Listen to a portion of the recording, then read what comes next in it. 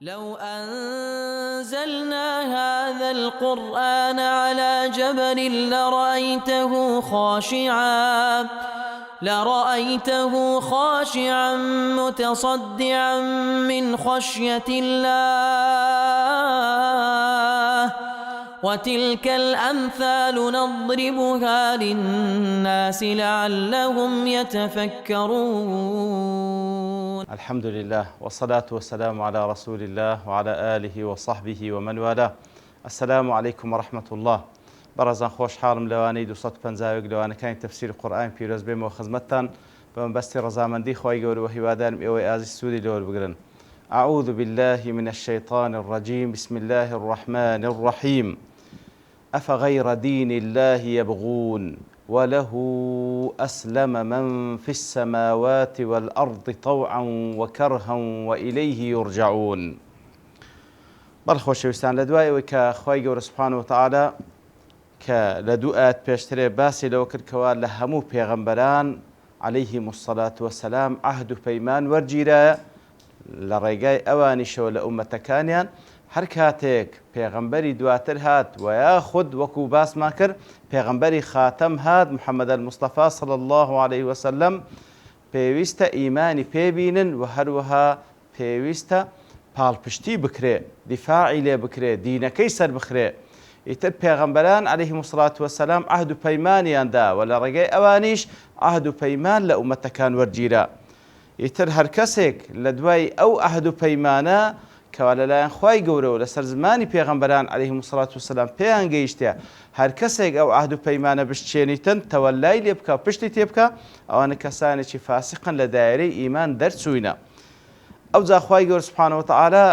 دەفەرمی ئایا ئەفەغەیرە دینی الله یەبغون کەواتە بە سیغەی تەعەجوبەوە دەفەرمی وەکو ئیستینکارێک دەفەرمی ئایا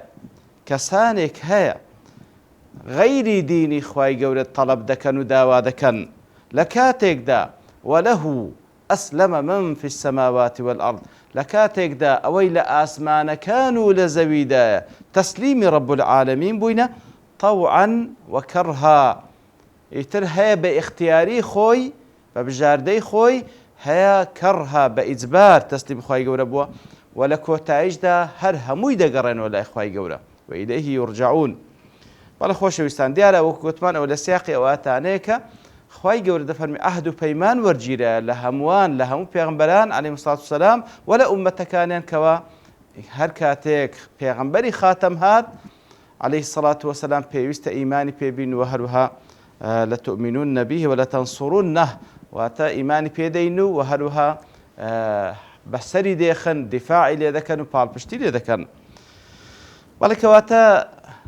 خوای گەورە سوبحانەهو وتەعالا کاتێکەوە ئەواتە دەفەرمی وەکوتم بە سیغەی تەعەجوب و ئیستینکار کە فعلەن جێگای ئیستینکارە لە کاتێکدا ئەوەی لە ئاسمانەکان و لە زەوی هەمووی تەسلیمی خوا دەبی سوبحانەهو وتەعالا جێگای سەرسوڕمانە کەسانێکە بی غەیری دینی خوا داوا بکە. لە کاتێکدا ئەو کەون و بوونەوەرە خوای گەورە بە قەدەری خۆی بە فەرمانی قەدەری خۆی بەڕێوەی دەبا و هەروها هەر ئەو خوایشە کە خالیق و مالیک و مدەبیری ئەو کەونەیە خوای گەورە شەریعەت و مەنهەجی لۆ ناردینە کەوا خێری دنیا و قیامەتی بەندەکانی تێدا کەسانێک کە لە ناو قەدەری خوای گەورە بە ئیجباری دەژیێن ئامادەنین بە ئیختیاری خۆیان تەسلیمی شەرعی خوای گەورە بن سوبحانەهو وتەعالا. ئایا ئەوانە غەیری دینی خوای گەورە داوا دەکەن؟ دیارە دین وەکو گوتمان کە لە چەند جارێک پێش ئێستا باسمان کردێ دین بە مانای ئەوەی دەکەوە وەکو چەند تعریفێک کرا یەک لەو تعریفانە کەوا دین بریتیە لە بە تەقدیسکردن و یاخود بە مقەدەس زانین و بە گەورە زانین و بە پیرۆز زانینی زاتێک تەقدیسی بکەی و هەروەها هەموو ئەو فەرمانانەی لەو زاتەوە دێ بەو پەڕی ملکەچی و خۆشەویستیەوە جێبەجێی بکەی ئەوە دینە. ئیتر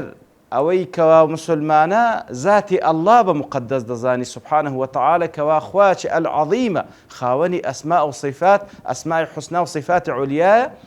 و هەروەها ملکەچیشە لە بۆ فەرمانەکانی ئەڵڵا سوبحانەهو وتەعالا کە لە ڕێگەی پێغەمبەری خاتەمەوە هاتی صلی الله عليه وسلم کەوا عیبارەتە لە قورئان و لە سونە. وغەیری مسلمان دیارە هەر کەسێک هەر مەنهەج و بیر و باوەڕێکی پێڕاست و دروست بی و زاتێکی پێ مقدس بی کە ئەو مەنهەجەی دانایە و ملکەت بی لە بۆ مەنهەجەی دیارە ئەوی پێدینە و هەروەها بەندایەتیش لە بۆ ئەو زاتەی دەکا. ئایا غەیری دینی خوا داوا دەکەن، کەواتە ئایا غەیری دینی خوای گەورە داوا دەکەن لە کاتێکدا کەوا ئەوەی لە ئاسمانەکان و لە زەویە هەر هەمووی ئەسلەمە تەسلیمی خوای گەورە بۆ سبحانه وتعالى طوعا وكرها. طوعا وكرها وەکوتمان طوعا واتە بە ئیختیاری خۆی وەکو ئیمانداران طبعا ئەوەی لە ئاسمانەکانە عالەمی مەلایکەتە و هەروها ئەوەی کەوا لە زەویە وەکو ئینس و جین و هەروها وەکو باقی مەخلوقاتی دیکە ئەوەی لە ئاسمانەکان و لە زەویە هەیە هەر هەمووی بەگشتی تەسلیمی خوای گەورە بووە، هەیە بە ئیختیاری خۆی تەسلیم بووە، هاشە بە ئیجباری تەسلیم بووە. دیارە بەنسبەت هەر هەموو مەخلوقات بە مەلایکەت و بە ئینس و بە جن و بە هەموو گیان لەبەران و بە هەموو مەخلوقاتەکان هەر هەمووی تەسلیمی قەدەری خوای گەورە بووینە و بەبێ ئیختیاری خۆشیان. هەتا کەسی کافریش تەسلیمی قەدەری خوای گەورە بەبێ ئیختیاری خۆی. کەسی کافر و بێباوەڕیش لەو کاتەی لەدایک دەبی کە خوا دەیەوێت سبحانه وتعالى بەو شێوەی لەو ڕوویکەوە لە دەسەڵاتی خۆی دانێ لە ڕووی جەستەیی، لە ڕووی نەخۆشی و سیحەت خۆشی، لە ڕووی فەقیری و دەوڵەمەندی، لە ڕووی هەموو ئەو شتانێکەوە لە دەسەڵاتی ئەو بەشەرەدانیە تەسلیمی قەدەری خوای گەورە بوو، پێی خۆش بی و ناخۆش بی و لەو ڕۆژەش دەمری کە خوا دەیەوێت سبحانه وتعالى. و کەسی کافریش بەڵام کەسی ئیماندار بێجگەلەوەی کەوا لەو ڕۆژەوە بەبێ ئیختیاری خۆی تەسلیمی خوای گەورە بووە، لە ڕووی ئیعتیقاد و دینەوەش بە ئیختیاری خۆی بە بژاردەی خۆی بە شەرعی خوا ڕازیە، تەسلیمی شەرعی خوای گەورە بووە، هەروەکو تەسلیمی قەدەری خوای گەورە بووە. کەواتە بەڕاستی هەموو مەخلوقات بە مسلمان و بە کافرەوە تەسلیمی قەدەری خوای گەورە بووینە بیانەوێ یان نەیانەوێ. بەڵام ئیمانداران لە دوای تەسلیمی قەدەری خوای گەورە بە ڕەغبەتی خۆیان تەسلیمی شەرعی خوای گەورەش بووینە. ئیتر بەڕاستی کەسێکەوە لە هەر مەخلوقێک بە تایبەتیش ئینس و جین کە لەو ڕووەی کە لە ئیختیاری خۆی دانیە لە ژێر قەدەری خوای گەورەیە ئەگەر بێت تەسلیمی شەرعی خوای گەورەش بی ئەوە بەڕاستی لە هۆرد و ڕوەوە بەو شێوەی دەڕوا کە خوا دەیەوێت سبحانه وتعالى سەرفرازی دنیا و قیامەت دەبی لە ئەسبابی قەدەری و شەرعی خوای گەورە کە تەسلیمی خوای گەورە بۆ سبحانه وتعالى ئەو پەڕی سەعادەت و دڵخۆشی دنیا و قیامەت بەدەست دەینی. بەڵام ئەو کەسەی کەوە لە ڕوە قەدەریەکەی وەکو گوتمان وەکو کەسانێکی کافر تەسلیمی خوای گەورە بە پێی خۆش بی پێی ناخۆش بی، بەڵام لە ڕووی شەرعەوە بابن لە ڕووی ئەوامری شەرعی و تەسلیمی قەدەری خوای گەورە نابی، ئەو بەڕاستی کەسێکە بە بەردەوامی لە سیراع و لە حاڵەتێکی دەرونی نامورتاحدا دەژیە لە دنیادا معیشەتەن ضەنکە و هەروها لە قیامەتیش بە تەئکید کەسێکەوە بێ باوەڕە و ئامادەنیە تەسلیمی قەدەری خوای گەورە بی و بە دینی خوای گەورە ڕازی نەبی، ئەوە کولە ئاتەکەی دواترێژ دێتن خوای گەورەش لێی قبول ناکە و کەسێکی خەسارەتمەندە. ئەفەغەیرە دین الله یەبغون وله ئەسلم من فی السماوات والأرض طوعا وكرها وإليه يرجعون. کەواتە مبررات لە بۆ ئەوەی تەسلیمی شەرعی خوای گەورە و دینی خوای گەورە بی ئەوەیە یەکەم کەوا هەر هەمووی لە ژێر قەدەری خوای گەورە دەژین و شئنا ئەم ئەبەینا خوای گەورە بە قەدەری خۆی بەڕێوەمان دەبا و بەو شێوەش کە بە خۆی دەیەوێت سبحانه وتعالى کەوا هەموو مەشیئەتی خوای گەورەش ئەو پەڕی حکمت و عەدالەتی تێدا و هەروەها مبررێک کەش لەوەی کەوا تەسلیمی شەرعی خوای گەورە بین ئەوەیە کەوا وإليه يرجعون هەر هەمووش دەگەڕێنەوە لای الله سبحانه وتعالى، هەر هەمووی دەگەڕێنەوە لای الله سبحانه وتعالى بە مسلمان و کافرەوە بە ئینس و بە جینەوە حیسابیان لەگەڵ دەکا کەواتە وەکو گوتمان لە بۆی کەوا ئەو ئینسانە تەسلیمی شەرعی خوای گەورەی بابیر لەوەی بکاتەوە پێی خۆش بێ و ناخۆش بی لەژێر قەدەری خوا دەژیە و لەناو کەونی خوا و مولکی خوا دەژیە. کەواتە بەڕاستی زۆر واقعیترە زۆر منطقیترە کەوا ئەو ئینسانە بابڕێن بە قەدەری خوای گەورە بە قەدەری خوای گەورە دەژیێ بە شەرعی خوای گەورەش ڕازی بی ملکەت بی تاوەکو بە هیچ شێوەیەک تووشی تەسادوم نێ لەگەڵ فیترەتی لەگەڵ قەدەری خوای گەورە والعیاذ بالله سەرفرازی دنیا و قیامەت بیتن و تاوەکو لە ڕۆژی قیامەتێش لەو کەسان نەبی کە خەسارەتمەندە و ڕوبەڕووی جەزا و لێپرسینەوە و ئێش و ئازاری جەهەنەم بێ کە چاوەڕوانی کەسانێک دەکاتن کە ڕازینین بە دینی خوای گەورە سوبحانەهو وتعالە. وەکو هەندێک لە زانایان وەکو لە ئەثەرێکدا دەیهینەوە کە دەیدەنە پاڵ ئیبن عەباس خوای گەورە لە خۆی لە بابی ڕازیبی دەفەرمی کاتێک ئیذا استصعبت دابة أحدكم ئەگەر دابە و ئەو وڵاخە و یاخود ئەو هۆکارەی گەیاندن کەوا لەو کاتی وڵاخ خوشتر و ئەوشتانە بووە و لە هەموو کاتێکیش شتێکی تایبەتتر خوای گەورە سوبحانەهو وتعالە بە فەزڵ و کەرەمی خۆی بە ئەو عەقلێکەوە بە ئینسانی بەخشیە وەسائلی دیکە پەیدا بووە دەفەرمی ئیذا استصعبت دابة أحدكم ئەگەر هەر یەک لەنگۆ دابەکەی و ئەو هۆکارێکەوە لە بەردەستیتی استصعبت واتە تووشی مەشەقەت و عەتەڵ و تووشی حاڵەتێک بوو کەوا بە ویستی ئەو ڕێگای نەدەگرتە بەر فەلیەقرأ فی ئوذونیه ئەفەغەیرە دینی الله یەبغون دەڵێ ئەگەر هەرێک لەنگۆ دابەکەی بەو شێوەی تووشی عەتەڵ بوو ئامادە نەبوو بە گوێی بکە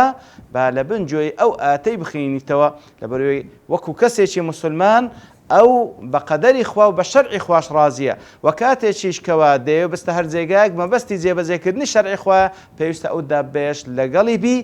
مسەخەر بی هەروەکو هەموو ئاسمانەکان و زەوی و هەموو ئەوانەی کە لە مەخلوقات کە تێیدانە ملکەسن لە بۆ دینی خوای گەورە بەڵام دیارە ئەو قەولە بە یەقینەوە گۆترا لۆ ئەگەر کەسە شەک و گومانی هەبی لەو قەزیەیە با بەڕاستی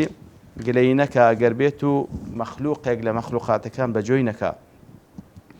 قل آمنا بالله وما أنزل علينا وما أنزل على إبراهيم وإسماعيل وإسحاق ويعقوب والأسباط وما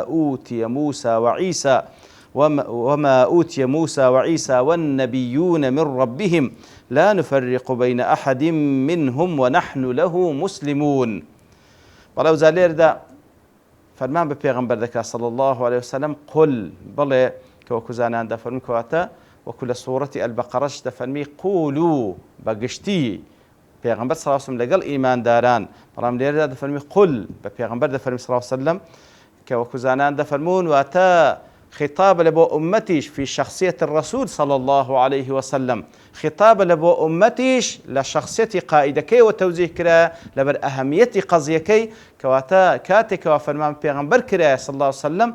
بەو شێوەی ئیعلام کەواتە شوێن کەوتوانی پێغەمبەری صلی الله علیه وسلم لەسەریانە بەو شێوەی ئیعلانی ئیعتقاد و ئیمان و بیر و باوەڕی خۆیان بکەن بڵێن و تایبەتیش بەرامبەر بەو کەسانەی کەوا ئامادەنین تەسلیمی دینی خوای گەورە بن بەرامبەر بەو کەسانەی کەوا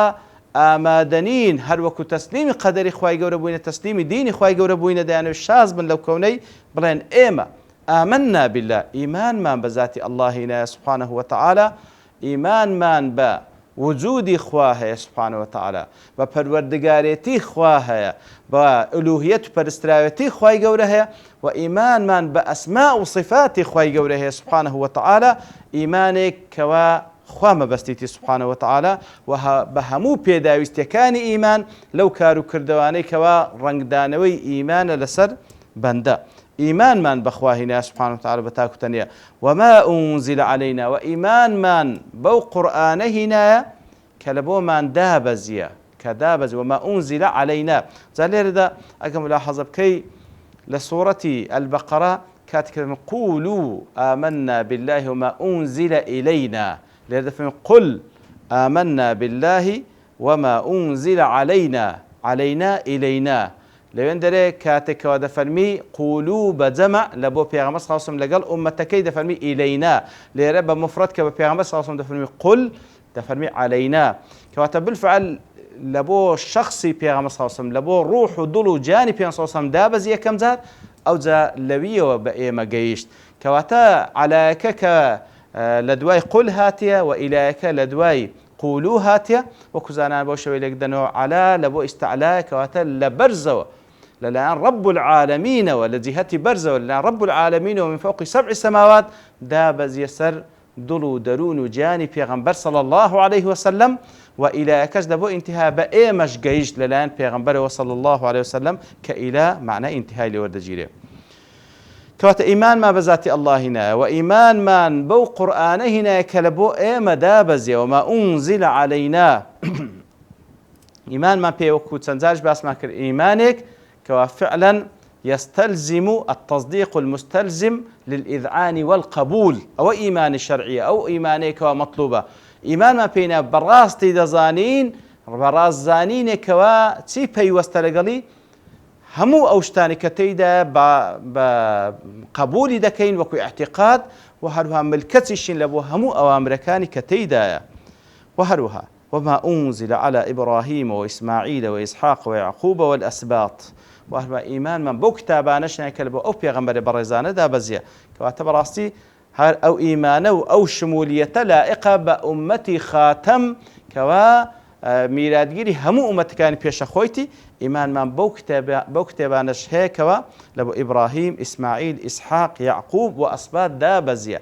هەموو ئەوانەی کەوا دابەزی لە بۆ ئەو پێغەمبەرە بەڕێزانە وما ئوتیە موسى وعیسى والنبیون من ربهم وهروە ئەوەی کەوا بەخشرایە بە موسا و بە عیسا و پێغەمبەران بەگشتی لەیان پەروەردگاریانەوە ئەوجا ئونزیلە دەربارەی ئەو کتێبانەی کە دابەزی لە بۆ ئیبراهیم و ئیسماعیل و ئیسحاق تەبان ئەوەی لە بۆ ئیبراهیم دابەزیە وەکو معلومە وصحف ئیبراهیم و موسى صحف دابەزی لە بۆ ئیبراهیم ئەوەی کەوا معلومات لە قورئان پیرۆزەبی ئەوەی لە بۆ ئیسماعیل و ئیسحاق و یعقوب هاتیە نایزانین چیە هەر لەسەر ئەو صحفەی کە لە بۆ ئیبراهیم هاتیە لە بۆوانیش بە هەمان شێوە با بڵێن مکەلەف بووینەکەوە بەو صحفەی کە لە بۆ ئیبراهیم دابەزیە کار بکەن یاخوی کتێبی تایبەتیان لۆ دابەزیە ئەوە الله ئاعلەم مهم وەکو پێغەمبەر ئیمانمان پێ هەنە و ئەوەی کە لە بۆوانش دابەزیە ئیمانمان پێ هەیە و ئیمانشمان بۆ هەیە وەکو لە ڕووی عەقیدە و هەر هەموو ئەو کتێبانە هەر یەکن فەرمان دەکەن بە وحدانیەتی خوای گەورە بەڵام لە ڕووی شەریعەتەوە طبعا ئێمە مکەلەفین بەکارکردن بەو شەریعەتەی کەوا بەهاتنی قورئانی پیرۆز شەریعەتەکان پێشە خۆی نەسخ کردەوە دیارە إبراهيم معلومة أبو الأنبياء إسماعيل كري أو إسحاقش هل عيني كري إبراهيم واتا إسماعيل وإسحاق هورد كري إبراهيم عليه الصلاة والسلام يعقوب كري إسحاق والأسباط أسباط جمع سبطة سبط وكوان دقلزانان دفرمون حفيد واتا كري كر نوايا كري كر بلام سبط واتا كري كتس مثلا أستاذ قلت لي حسن وحسين أخوي قوليان رازبي سبطا رسول الله صلى الله عليه وسلم دو سبطي بيغمبر صلى الله عليه وسلم واتا كري كسي بيغمبر صلى الله عليه وسلم كمعلومة كري فاطمين كواتا أسباط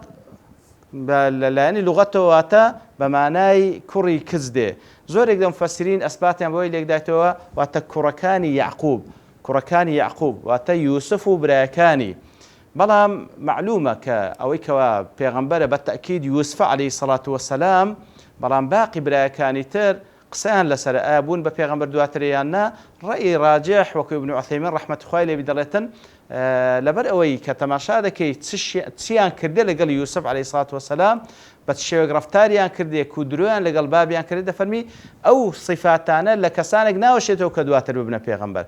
بەڵام لە نەوەکانی ئەوان پێغەمبەری تێدا بووە چەند بووینە الله ئەعلەم کەواتە سێبەتیان بە مانای کوڕی کچ دێ یان بە مانای نەوە دێ بەگشتی بە مانای نەوە دێ بەگشتی ئیتر والله ئەعلەم بەو شێوەیە کەواتە لە نەوەکانی نەوەی یعقوب ئەوەی کەوە بابنە یوسف عەلەیهی الصلاة والسلام بەخۆی بەوە پێغەمبەر بەڵام لە نەوەکانی کوڕەکانی تریشی دیارە پێغەمبەر هەبووینە دیارە ئاەتەکە شتی تریش تێداما بەڵام لە بەرتەوابوونی کار لێرە دەوەستین بە پشتوانی خوای گەورە لەوانی داهاتوودێنەوە خزمەتی و زیاتر قسەی لێ دەکەین وصلى الله وسلم على نبينا محمد وعلى آله وصحبه أجمعين وآخر دعوانا الحمد لله رب العالمين لو أنزلنا هذا القرآن على جبل لرأيته خاشعا متصدعا من خشية الله وتلك الأمثال نضربها للناس لعلهم يتفكرون